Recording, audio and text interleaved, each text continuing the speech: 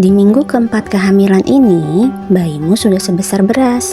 Tapi jangan salah, walaupun kecil, perkembangan organ-organ penting lagi gila-gilaan nih. Jadi, di video kali ini, kita bakal bahas semua hal krusial yang terjadi di minggu ini. Mulai dari cek kehamilan, nutrisi yang nggak boleh ketinggalan, sampai hal-hal penting yang mungkin mams belum tahu. Oh iya, kalau kamu ngerasa mual, capek, atau mood swing, tenang mams, itu cuman hormon yang lagi berpesta. Yuk kita bahas semuanya satu persatu. Dan jangan sampai di skip ya, karena ada banyak info penting buat kehamilan kamu di sini.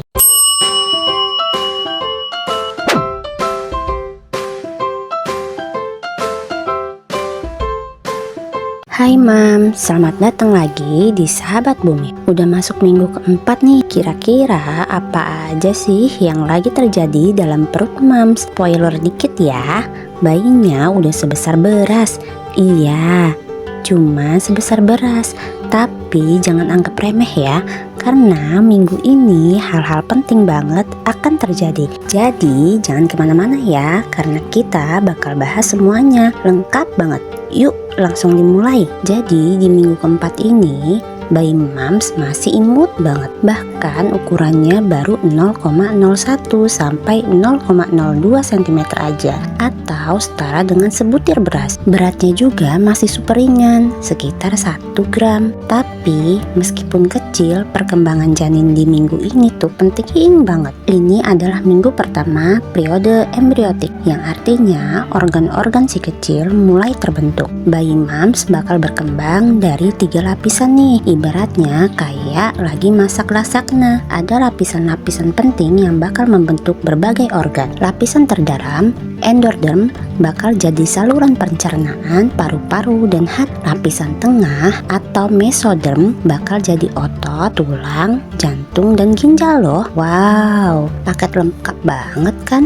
Nah, lapisan luar alias exoderm bakal membentuk rambut, kulit, mata, dan sistem saraf si kecil. Jadi walaupun belum kedengaran detak jantungnya, ini masa-masa penting banget. Kalau mams sudah terlambat datang bulan, kemungkinan besar nih udah mulai ngerasain tanda-tanda awal kehamilan. Nah, jadi jangan kaget kalau suasana hati mams jadi kayak roller coaster alias mood swing. Kadang happy, kadang sedih, kadang sebel sendiri. It's okay mams, hormonnya lagi naik turun kok. Selain itu, mams mungkin udah mulai merasakan gejala lain, kayak lebih sering pipis, mual, pusing, atau merasakan capek banget. Serius, mam rasanya tuh kayak abis maraton di mall, padahal cuma muter-muter dapur aja. Kalau mam masih ragu, yuk coba cek pakai tes pack di hari pertama terlambat menstruasi. Kalau positif, official time jaga kesehatan buat mams dan si kecil. Ini nih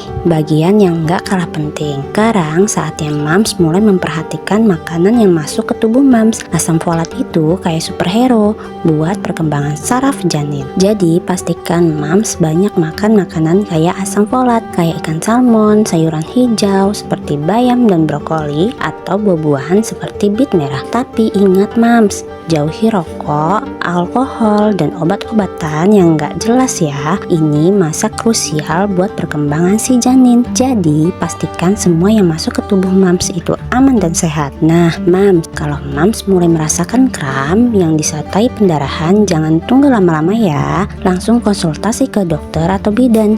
Ini bisa jadi tanda-tanda adanya masalah seperti kehamilan ektopik atau yang lainnya. Kita pastinya berharap semuanya baik-baik aja ya, tapi selalu waspada, itu penting. Di minggu keempat ini, mams mungkin udah mulai ngecek beberapa tes nih, mulai dari pemeriksaan laboratorium, cek nutrisi, kesehatan, cek tanda-tanda kehamilan, sampai persiapan jadi calon ibu yang super. Tapi tenang aja, beberapa diantaranya udah kita bahas kok di minggu-minggu awal. Jadi kalau mams ketinggalan, jangan panik, it's kita langsung cek lagi videonya di link yang ada di deskripsi. Klik aja ya, gampang banget. Nah, buat minggu ini ada beberapa poin lanjutan yang pasti pastikan lebih detail. Apa aja sih? Yuk kita bahas satu persatu. Santai aja, jangan buru-buru. Yang pertama, beli test pack dan perhatikan tanggal kadaluarsanya. Saat mencurigai kehamilan, langkah pertama yang bisa dilakukan adalah membeli test pack. Pastikan untuk memeriksa tanggal kadaluarsanya ya.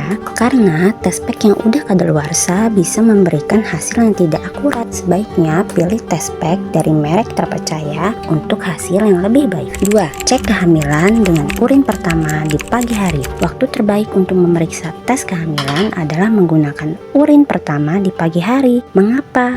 Karena saat itu kadar hormon HCG di dalam urin biasanya lebih tinggi sehingga hasil tes lebih akurat. Hormon ini mulai terdeteksi setelah sel telur yang dibuahi menempel di dinding rahim. 3. Beritahukan kepada suami kabar kehamilan ini. Setelah mendapatkan hasil positif, saatnya memberitahu suami kabar bahagia ini. Kabar kehamilan adalah momen yang sangat emosional dan spesial. Jadi buatlah suasana yang menyenangkan. Bisa juga harus memberikan kejutan kecil seperti mempersiapkan hadiah kecil dengan tema bayi untuk memberitahu suami. Keempat, mulai cari tahu dokter kandungan yang tepat. Memilih dokter kandungan yang sesuai dengan kebutuhan dan preferensi mam sangat penting. Cari referensi dari teman, keluarga, atau review online untuk menemukan dokter yang bisa membuat mam merasa nyaman. Pastikan juga lokasinya mudah dijangkau dan rumah sakit atau kliniknya memiliki fasilitas yang lengkap. 5. Jangan lupa minum minimal 2 liter air per hari. Di minggu keempat kehamilan, mams harus tetap terhidrasi dengan baik.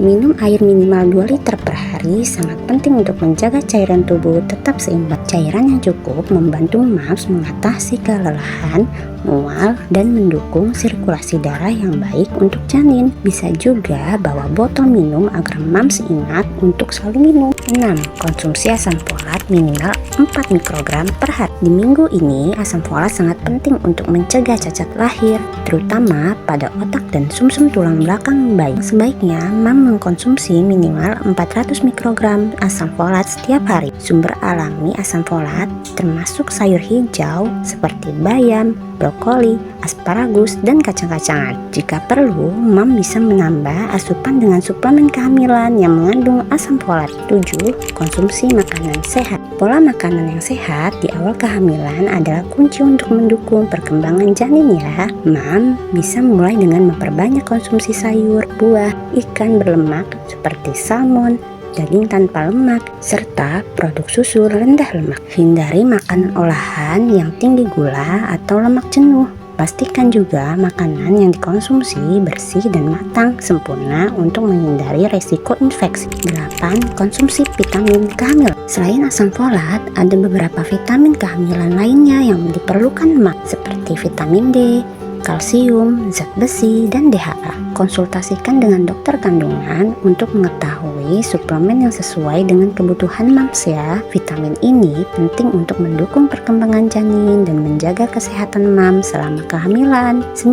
Hindari asap rokok dan zat polutan lainnya. Paparan asap rokok baik langsung maupun tidak langsung atau perokok pasif sangat berbahaya bagi perkembangan janin. Zat kimia dalam asap rokok bisa meningkatkan resiko kelahiran prematur, berat badan rendah, bahkan keguguran. Selain itu, hindarin juga paparan polutan lainnya seperti cat, produk pembersih yang mengandung bahan kimia keras, dan pestisida. Jadi, itu dia yang terjadi di minggu keempat kehamilan. Si kecil memang masih kecil banget ya mams, tapi perkembangan organ-organ pentingnya sudah mulai nih mams. Jangan lupa jaga kesehatan, banyak makan makanan bergizi, dan pastinya tetap stay happy. Sampai jumpa mams. Kalau suka video ini, jangan lupa like, comment, and subscribe buat info kehamilan lainnya.